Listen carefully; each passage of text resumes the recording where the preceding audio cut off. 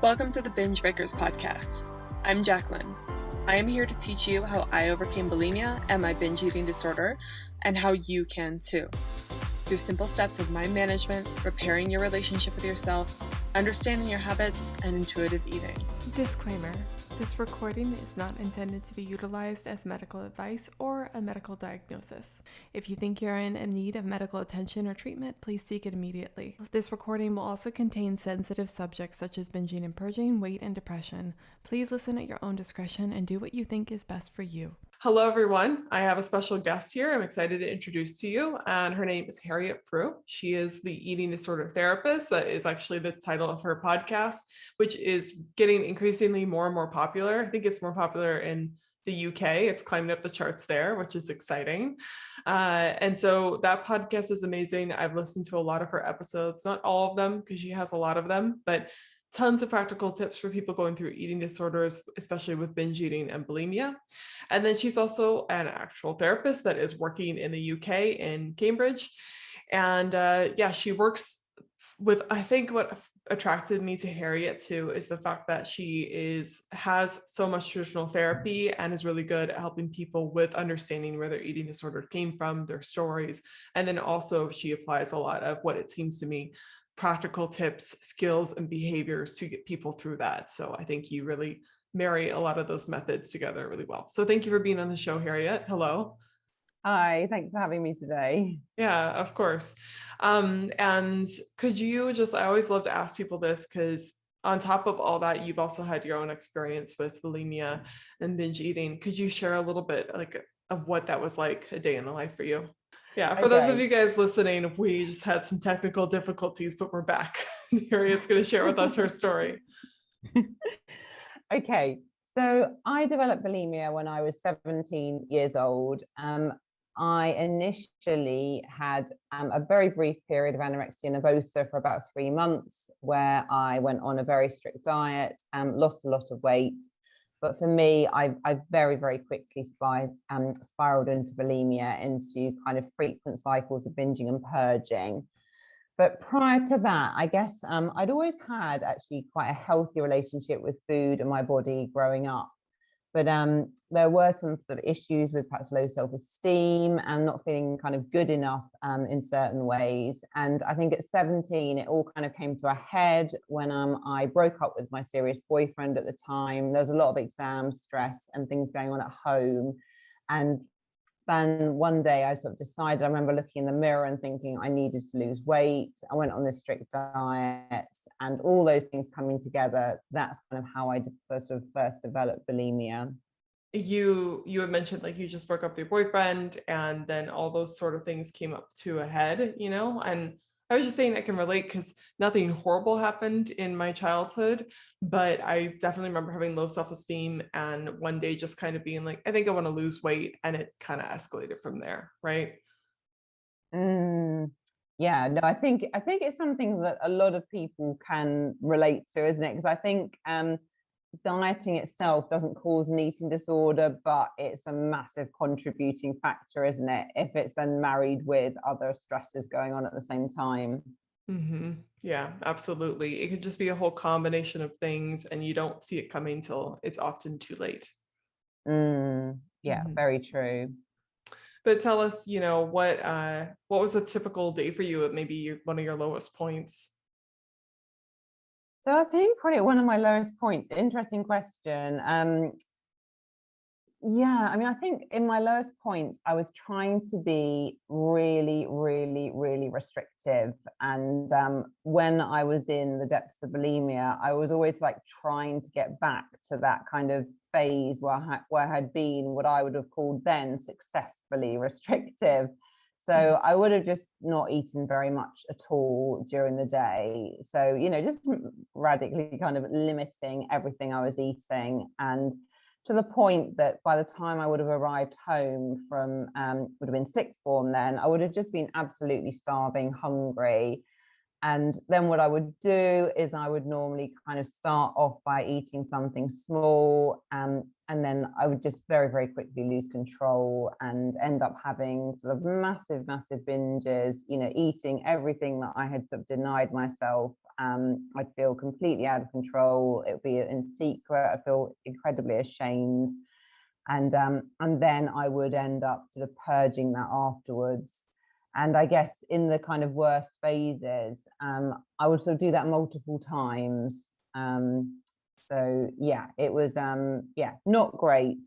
And I think as well, something else that's just kind of worth mentioning is I think another kind of very low point as well was when that was sort of linked in as well with drinking alcohol. Not that I ever had a problem really with alcohol, but I think particularly as well when I was a student and I would kind of go out and then drink, I hadn't really eaten enough in the day, and then I would completely again lose my inhibitions, lose control around food. And it was just a really, really, really horrible cycle, because I think my experience of binging and purging, it was never something that I enjoyed. I might have very fleetingly enjoyed the binging, but I always felt just absolutely physically and emotionally horrendous afterwards. And I found as well, when I was in the kind of depths of the cycle, it was so hard sometimes to get your head above water and kind of start and to take care of yourself again the next day. It would be, once I sort of slipped down the slippery slope, it would be very easy then to be in kind of binge and purge cycles for several days.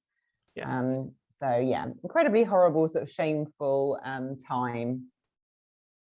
Yeah, well, you keep on, like you said, it feels momentarily okay, and then it's physically exhausting, horrible, awful most of the time, and otherwise, and then you keep getting to that cycle over and over again, even though you try really hard not to. How did you, that I think a lot of people can relate to that too. I certainly can. But how did you start to maybe pick up the pieces and get through that? Sure. So I tried to seek out help quite early on, but there really wasn't a lot of help in the UK kind of back in the day. Because I know even today, eating disorder resources for bulimia are quite limited. But back then there was very, very little help available.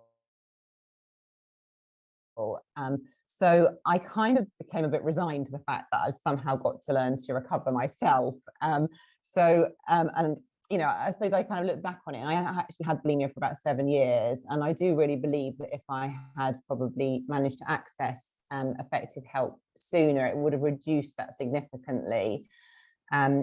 One thing I think that really helped me so much is I always believed I would recover, and I always felt very, very hopeful, even in my kind of darkest times. Like, I didn't really know how I was going to recover. I didn't really see how I was going to break out of these really destructive cycles, but I knew that somehow this wasn't going to be my life. And I can't really explain that, because it wasn't really a kind of logical, clear, well thought out thing. It was almost just like a kind of knowing. But I think having that kind of hope, having that belief that recovery was possible, it did help me to kind of keep seeking, to keep trying, to keep reading, to keep persisting, to search out ways I was going to overcome this. And then it was a really bumpy road. So I think initially what helped me massively was just starting to eat regularly again, and to break out of that sort of cycle of restriction and then binging. And I'm not saying that just once I started eating regularly that all the binging and purging stopped. Far from true. But it did really help, because I guess once I was eating regularly and my weight had restored to a more healthy level, it meant my blood sugar was much more stable, and I felt more resilient and able to deal with the emotional triggers a bit better. Even though, so it's still a problem. So I was kind of partially recovered for a while.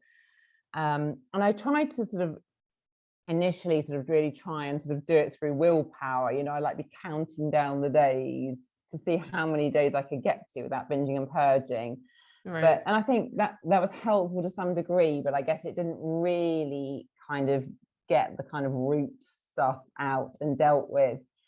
So I suppose what I call my kind of real recovery, although that kind of the eating regularly, the stabilizing my blood sugar physiology, that was essential. But my kind of more emotional recovery was very much through talking to like one of my closest friends, who is still a really good friend today, and being able to just really sort of talk about some of the deeper kind of emotional issues, I guess, underneath the problem, through reading, through sort of educating myself. And then I finally did actually end up having some counselling. It wasn't eating disorder specific, but it was just sort of general counselling where I could really sort of explore the deeper issues and start to find some peace, I guess, in all of it, in terms of because for me it was, you know, as for anyone, I think it was about the food, but it was much more about the feelings and really deep down about not feeling good enough, and actually beginning to work on that kind of core thing of not being good enough was the thing that really helped me make a true recovery and move beyond bulimia. Yeah, I would have to agree, because what you're saying there about how you solved a lot of the practical things first, like taking care of not binging and purging as much, the food and nutrition, getting your physiology stable, which has such a huge impact on your mental health and how you function, of course. But if you're not taking care of that emotional piece and the relationship with yourself, it's really hard to make a full recovery, as you found out. Yeah, very true. Yeah. I might ask how, like, not feeling good enough is such a common thing everyone struggles with. What were some of the steps you took to maybe repair that or feel better about that? Yeah, I mean, I think that was a really, it's a long journey, which I think I've Yes. been working on. Even beyond, like I recovered from my eating disorder sort of within 7 years, but I'd say the kind of journey to feeling good enough and working on some of those core issues is like an ongoing journey up to this day. Although I'm very pleased to say I feel in a very, very different place. But I suppose so much of it was firstly starting to have awareness maybe about certain things that happened and how those had impacted me. And I guess as a child, when we're exposed to things, we look at our caregivers as kind of all wise and all knowing. And, we don't really kind of question things that they say. And so much of my healing was starting to really look at that through my adult eyes, to maybe see as well where things had gone a bit wrong. And I think as well, it's, having compassion for people in my life where that had happened, because I think, they were doing the best that they could. But I guess there were certain things that I had been told, over and over again, which had really impacted my self-worth on quite a deep level. And so just becoming much more aware of that, starting to sort of have a different relationship to actually sort of, to value myself in a different way, to let go of valuing other people's opinions as much, and beginning to develop that sort of core self-worth, I guess, where I started to be able to value myself rather than always relying on what other people thought of me. That's huge. Yeah. Because if you're always looking for external validation or what other people are thinking of you, you could never actually know. And it's always so fleeting, rather than just having a core belief about yourself. And I would agree that, what you said was important in the beginning of, it's an ongoing process and it's always maybe evolving is a good way to describe it. And sometimes it's not always perfect and you can still struggle with it, but continuing to develop it, stay with it is important. Plus, something else you said that was interesting was that when you're younger, you kind of look at your caregivers as all knowing. And as you get older, I think some people really think like they think that, oh, everyone still has it all figured out and I'm the messed up one, right? And really, it's just that you were thinking everyone was perfect and everyone else still, they don't have it all figured out. And realizing, like, having some compassion for those people, realizing no one's perfect, can kind of help with your self-worth as well, I think. Yeah, no, so very true, isn't it? And I think as well, the thing is your parents or caregivers in a way can only do as well as what they've been taught or what they've been exposed to. And it's really difficult, isn't it? Because I think, I know I've done a lot of my own healing, just exploring kind of the generational trauma that's kind of come through from one generation to another. And actually, in so many ways, I've probably had it a lot easier actually than my parents had it. Not to validate my own experience any less, but I suppose like when you're really understanding the journey and people's stories, It's so helpful, just being able to kind of take that step back and look at things differently. But also to kind of break the cycle, I guess, isn't it? I mean, I don't know how well I'm doing that, to be honest with you, but almost like trying to step outside of that kind of generations repeating the same patterns and actually trying to step outside and to do something a bit different. But that's a work in progress. Yeah. But you can see where, like, instead of just blaming people, but you're not necessarily justifying their wrong actions either, or things that they did that maybe hurt you, but you can see, oh, why did they do that? And then understand them and maybe have a little compassion or empathy for them while still validating your own experience. That can make it easier because at least you understand. I think sometimes not knowing and not understanding creates a lot of resentment and hate and just frustration because you don't understand it. But when you can maybe look back and see the reasons why your parents did what they did or didn't do what they didn't do, that can be a lot easier. Yeah, they're really, really true. I think an important thing to say is, like obviously, like talking about this all now, I really come to that place where I feel very peaceful about it all and can have a lot of compassion. But as part of the healing journey, there was times where I felt, really upset and angry and rageful probably about some of the things that had happened. And, obviously that's not necessarily, I wouldn't want to be necessarily directing that at anyone, but I think as part of my journey, it was important to just be able to touch base with some of those emotions and to kind of get them out in the safety of therapy, to be able to get to this point where I feel much more peaceful today. And I think sometimes there's not a shortcut to that. We can't just jump sometimes straight to the self-compassion place, and the compassion for others place. We need to sort of go through that slightly icky bit in the middle first.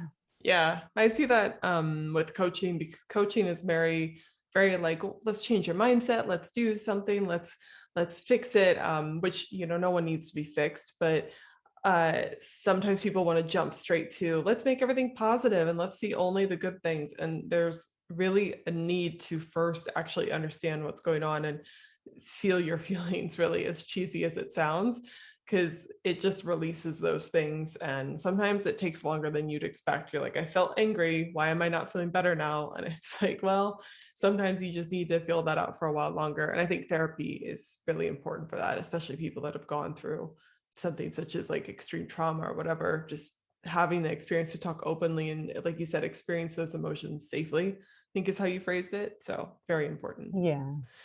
But no, that's all great advice. And that is a lot to do with eating disorders, because a lot of us have those issues wrapped up in eating disorders. So when did you, be curious, you got through bulimia and binge eating and all that and worked a lot on yourself. Were you a therapist at this time? When did you decide to go into therapy? So yeah, no, really interesting actually. I mean, what I did is I didn't really know what I wanted to do after I finished uni. So I did like a biology degree. And then I decided quite spontaneously, actually, which was a great decision, actually, looking back, is I went off to Australia for a year and just kind of got away from everything and just went sort of backpacking and like did a bit of working and just kind of got away from everything and kind of got off the treadmill of academia and studying and just almost had a bit of time to just get to know myself a bit more, sort of separately from things at home, and just to sort of find, really, I suppose, just expanded my horizons really and enabled me to sort of take a step back and reflect and think about the future. So when I was in Australia, I really decided, I was still struggling with bulimia then, although my symptoms were becoming more reduced. But I decided, right, what I want to do is go back to the UK. I want to train as a therapist. I want to sort of support people and to have the experience that I didn't have in terms of, being able to get that support. So I very much went into it as the wounded healer, kind of thinking, I want to save the world and, from that kind of place. So I came back to the UK and then I actually went and studied a master's in nutrition, which to be fair, in terms of the work I do today, although it is about the food, it's much more about the feelings. But I did that for a year. And then what I did is I started to train at night school. When I was working in the day, I was training as a therapist sort of through my mid-20s. And I sort of stopped purging when I was 24. But I continued to binge eat a bit still after that, particularly when I was kind of experiencing stressors. So while I was doing my counselling training, I'd say I was probably like 85% recovered, but it could still be a little bit of a coping strategy in the background. But then I finished my training and I started working as a counsellor when I was 29. I managed to get a job. Actually, I was really, very fortunate. I managed to get a job working for the local adult eating disorder services in the National Health Service in the UK. And also from the beginning, I started doing bits of private work as well. And then I've sort of continued actually working partly in the National Health Service and partly doing private right through my career. So sorry, I think I've gone off the tangent a bit from the original No, you're question, fine. but it was interesting because, like, first of all, going off on a journey like that is so important. And I will kind of want to do something similar, but even I found in vacations where I've taken a week to 2 weeks off, where I just really disconnect, that's when some of the biggest changing moments have happened in my life. Like when I took a vacation, when I first decided to release the podcast, it was right after a vacation. I'd had time and space to think. And that's so important to just get off the treadmill, as you said, and take a moment, even if you're in bulimia still, just to decide things and take a moment to think, what do I want? What do I even want to do? And it's hard to do that when you're just going in life. And it makes sense why I think a lot of people like us that have been through eating disorders, it makes sense why you'd want to go and be in therapy, because you just know how people feel. So you want to get through it. And it's cool that you have also, like, you've done private work, but due to your job in, what did you say, the National Eating Disorders UK, what was it called? Yeah, so it's the National Health Service. So it's kind of like the free sort of health service that we get in the UK and that we sort of pay for through our taxes. Right. So I've been working sort of within the National Health Service sort of in Cambridgeshire for many years now. Oh man, I'm sure that, with private practice, it's a little bit more streamlined, but I'm sure with the national service that you saw so many people, right? And got to see such a wide range of eating disorders and people struggling, I would imagine, right? Yeah, no, really true. And I think, sadly, I think the way it has often been in the past is people often don't get into eating disorders services until they're really, really unwell. And maybe they've had the eating disorder for a while and it's become more entrenched. I think thankfully things are starting to change. I mean, it's slow change, but there's a lot more kind of early intervention work coming through in the UK, and things are improving, which is just wonderful and long overdue. Yeah, I see a lot of, when I look up help for eating disorders and I look up eating disorder topics, it seems to be predominantly, like, a lot of them are from the UK, like YouTube channels and stuff like that. Is it more of an issue, or is, like, bulimia and eating disorders a heightened issue in the UK? Do you know at all? What do you mean, like compared to the US or like other Yeah. places? I don't know if it's just, my personal bias, or that it's confirmation bias, but I feel like when I look up eating disorder stuff, like, a lot of the information comes from the UK. I don't know if it's because there's more of a need for it there compared to the rest of the world, and then that's why they're producing more, but it just appears that way from the outside. I don't think that there are as many resources in the US when it comes to eating disorders as there are in the UK, but I could be wrong. Yeah, no, do you know what? I'm not even really sure of the answer to that question, really. I mean, I would have thought it would be quite similar, say, in the UK, in the US, Australia, those kind of Western culture sort of places. and also across wider Europe as well. But yeah, I'm not exactly sure of the statistics on that. So Yeah. interesting. Yeah, I mean, neither am I. That's why I just didn't know. But no, what, like, if you could, I'm trying to think of a question that isn't going to overwhelm you or something, but I'm curious, when you were seeing that many people, what is something you learned? Because I know I've learned a lot by working with people too. So what is something that surprised you by working with so many people in different phases of their eating disorder? Good question.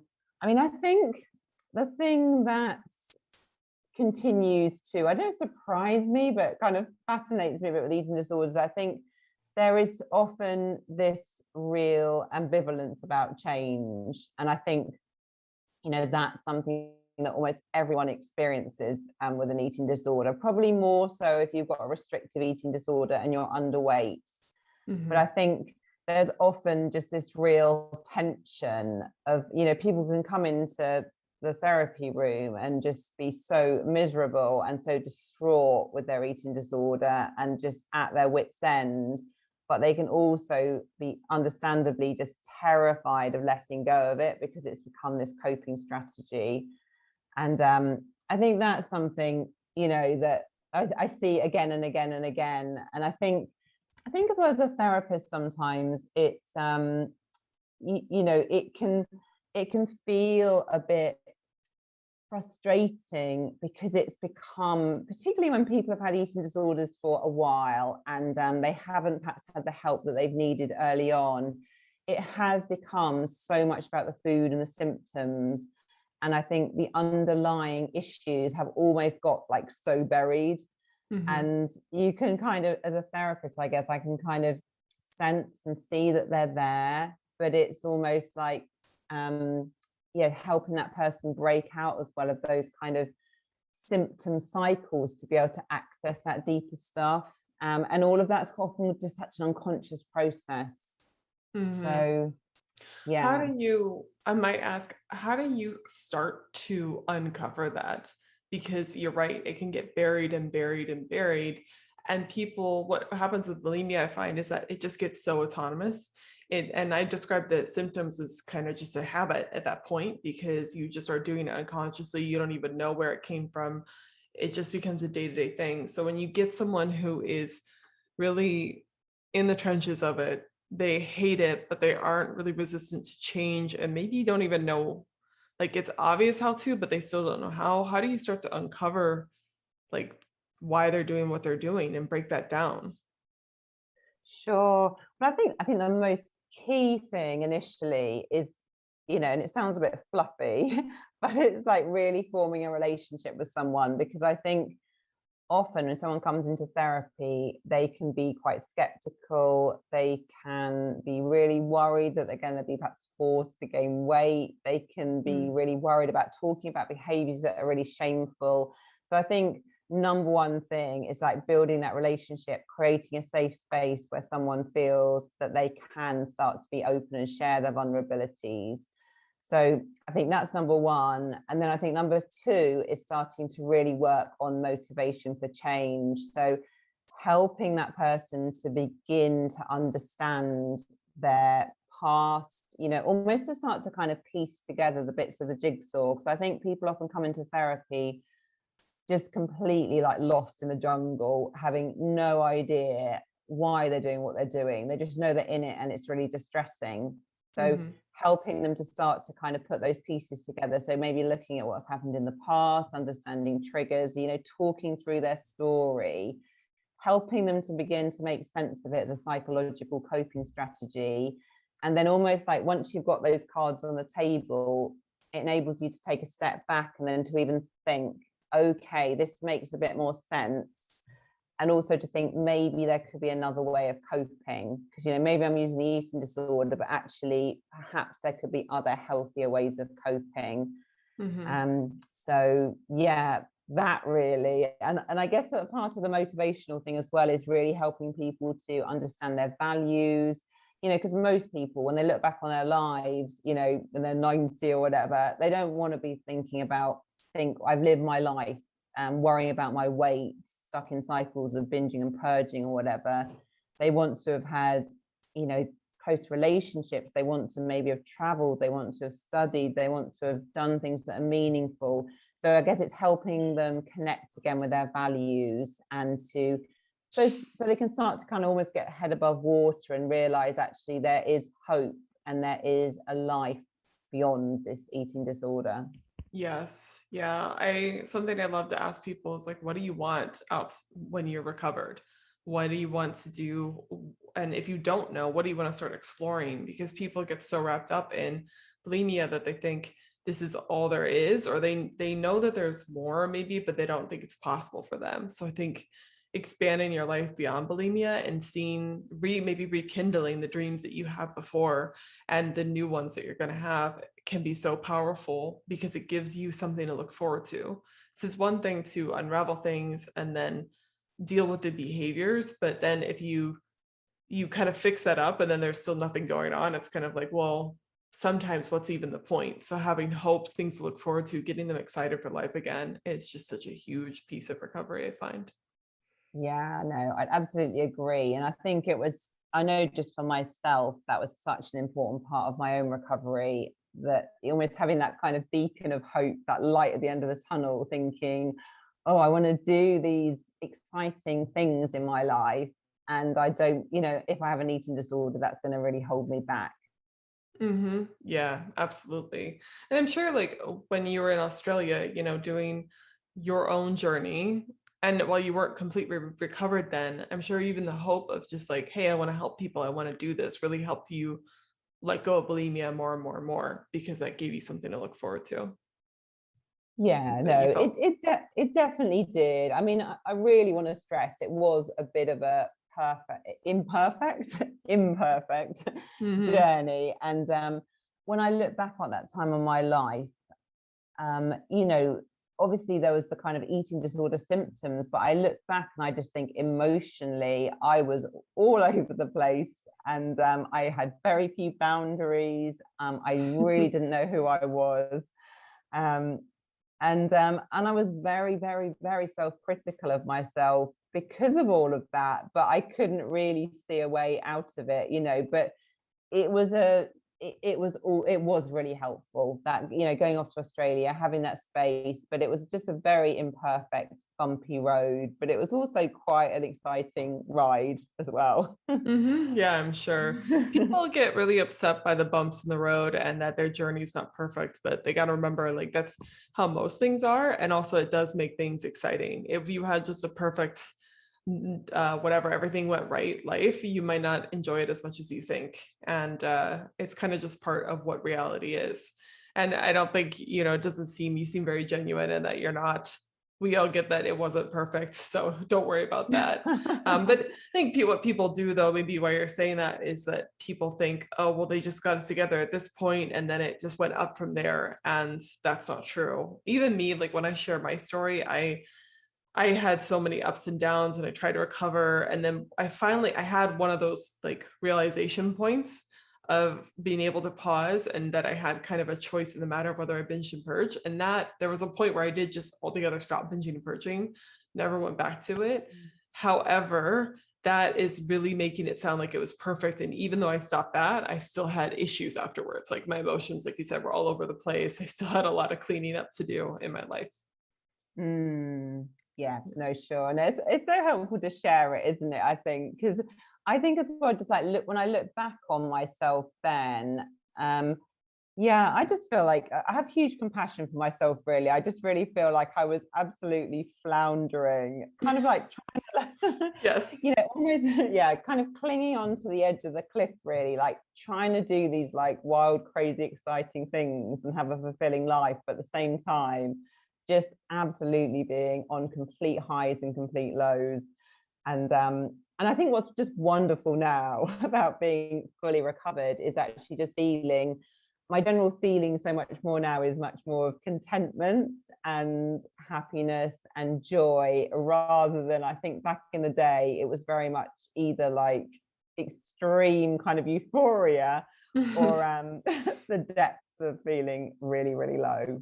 Yeah, there was no in between, and it was exhausting. And I think sometimes when you're coming off of bulimia, that can seem a little bit boring to come to contentment and happiness.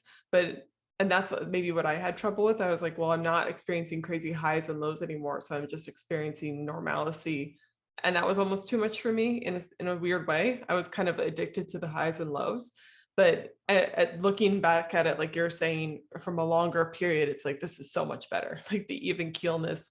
Of course, we both have low moments, but not being so crazy high or crazy low is a lot better than what that was. Yeah, no, I'd absolutely agree. And I kind of think, yeah, looking back on that, I think, yeah, the crazy highs, I think, and when I'm talking about highs as well, I'm not talking about drug-induced highs. I'm just Yes. talking about Yeah. the highs of life. But I think, yeah, I wouldn't want to, the lows that were kind of counteracting those highs sometimes were desperately low. And I think what I used to show other people as well, I think other people would have always described me as, oh, Harriet is really sort of, kind of vibrant and happy and, enthusiastic and everything. But I didn't really show anyone any of my vulnerability. So I was also quite lonely, really. And it very linked in with bulimia as well. Like the bulimia was very much my way of dealing with my negative emotions, kind of this kind of secret dark shadow side that I kept behind closed doors. And then out in the world, I'd kind of be this seemingly kind of coping, happy person.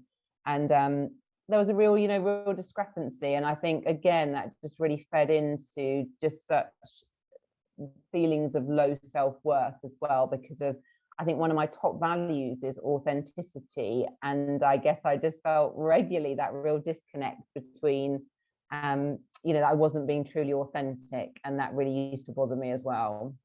Yeah. When you feel like you're a different person, then you are how you portray yourself to everyone. And then other people, they comment on the fake personality that you're putting off, or maybe even it's not even that you are that, but there's also this other side of you that they don't see. You feel like, Yeah. oh my God, I'm lying, even though what they're saying is true. They just don't know the full picture. And that can really definitely contribute to self-worth and stuff like that. Yeah. I know that like this has all been, I feel like we could talk all day about this, but I would love to ask you to kind of wrap things up. What advice do you think you'd give to someone who is maybe in the depths of bulimia right now? They feel like they don't even maybe have the belief that they can recover. What would you say to them on how to get help or what they should do? Sure. Well, yeah, I mean, I think my number one thing would be like to talk to somebody, Sure. to tell somebody, and to tell someone as well who is going to be as accepting and kind and encouraging as possible, because obviously you don't want to be telling the wrong person and then it creates even more shame. So I think, yeah, being open with someone, I think, is really, really helpful, because of there's so much shame around having bulimia, and actually just being to say things out loud and to acknowledge it can just be such a relief in itself. I would definitely say as well, I know resources are quite limited depending on where you live, but to pursue professional help, because I think as well, the earlier that you get support, the much more quickly you are likely to turn things around. And I think with eating disorder behaviors can quite quickly become habits and much harder to break once they become entrenched. So again, if you can get professional support and getting help, that's going to be really positive. I think as well, what helped me was sort of reading. And I mean, nowadays there's so much stuff online where you can read about positive stories. You can be inspired by other people that have walked the path before. So I think that's really helpful as well, because I think if you are feeding your mind with those messages that recovery is possible and holding on to hope, it will kind of keep you moving slowly towards that light at the end of the tunnel.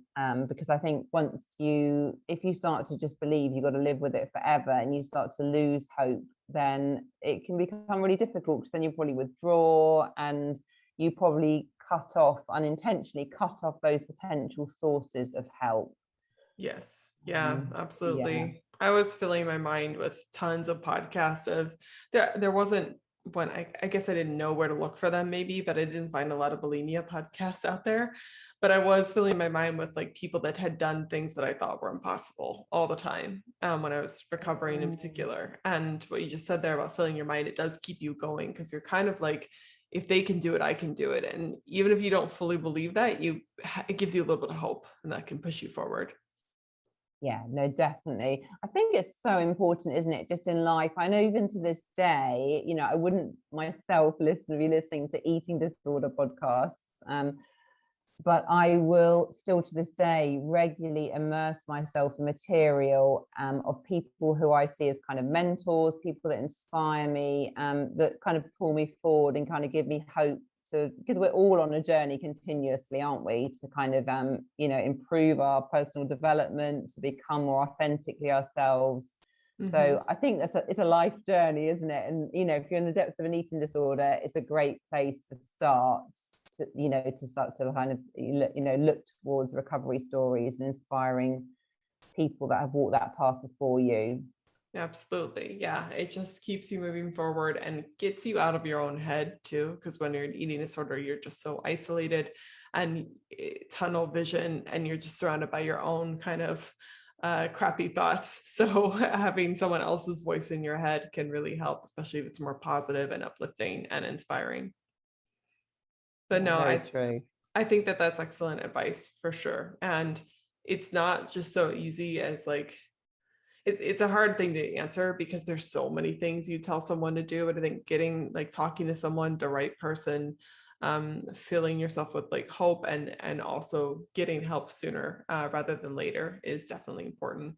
I always tell people like they're in different situations and resources are limited. So you can recover on your own, and don't think because you can't have those resources that you can't recover, but definitely try to get any help you can, whether it's free or not, at any point as soon as possible, for sure. Yeah, Yeah. no, I'm with you. Well, thank you for being on the podcast and being a guest. Where can people find you if they want to reach out? Okay, yes. So like a great place to find me is on Instagram. So I'm at the_eating_disorder_therapist. That's where it's a mouthful. Yeah. And I also have a podcast, The Eating Disorder Therapist. And my website is theeatingdisordertherapist.co.uk. So yeah, those are the best places to find me. So simple. I love when my URL is also like just my podcast name, which is really nice. It's unfortunate when people have like a URL that's different than their podcast name and their Instagram's different. So that's simple and easy for sure. Okay, well, thank you so much for being on the show, Harriet. I really appreciate it. Sorry, my voice is a little rough today. And for those of you guys out there listening, please go check her out. Her podcast is great. Like I said, I've listened to a lot of the episodes, lots of practical tips and advice to, we were talking about finding resources. Her podcast is a great resource for you to get help right now today. All right, bye guys. Hey, if you like this episode, you have to come check out the Binge Breakers Recovery course. If you're trying to recover from bulimia and you're sick of doing it alone and you feel like you've tried a lot of traditional therapies and it's not working with you, come join the course. Go to bingebreakers.com/recovery-course.